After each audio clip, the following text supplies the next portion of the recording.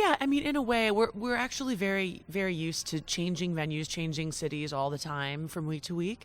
But the first night is always a little bit stressful because we're meeting our dressers for the first time. I mean, literally a half hour or less before the show. It's like, hi, I'll be your dresser, and good luck with all the fast changes backstage. And you're never exactly sure what sound is going to be like. Every venue is different. The acoustics are always different. Sometimes you can hear yourself, sometimes you can't hear yourself at all. So, it's the first night is always interesting. So this is my first time here, and it's just great. I mean, we walked into the house for orientation last night, and we all went and gasped, especially at the light that comes down, and oh my gosh, it was really beautiful. And it's just such a gorgeous venue. And then we went on stage for sound check, and everybody said, oh yeah, this is going to be a great 2 weeks. I did the production 18 years ago, and here I am again. And the last time I did it, I was one of the youngest Kit Kat girls, and now I'm the oldest. So in a way, it feels like, oh yes, I remember these songs and I remember this choreography, but I'm approaching it from a different character now, and so it does feel new. It feels like a totally different show for me, although it's familiar as well, like an old ghost. They're basically trying as closely as they can to follow the exact same choreography, the exact same look, the exact same direction. I would just say that, interestingly enough, politically, it's more relevant now than it even was before. I mean, it's funny how a show that was written way back in the 70s could today be so relevant. You can hear it in the audience. There's a line where Herr Schultz says, there are Democrats and social democrats, and what do you want to do? Wait till the next election and then decide? And the audience sometimes stops the show with their laughter and their applause, which never happened back in 98, but it's happening now. Why is that? Because we have political polarization that's relevant to the show.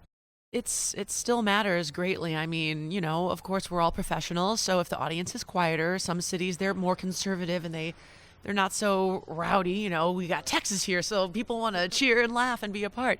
But I mean, the show is definitely a show where we want the audience to participate. We want you to feel like you have gone to Germany and are sitting in a Kit Kat club. We can see you for sure. We're meant to look right into people's eyes and perform to them. So it's great when we have audiences that laugh and look shocked and applaud.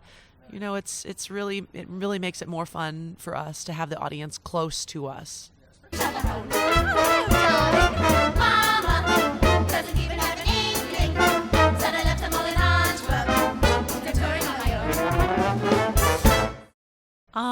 I was just telling this to someone else today. I always had it. When I was little, I would perform lip sync to 8 tracks. That's really telling you how old I am.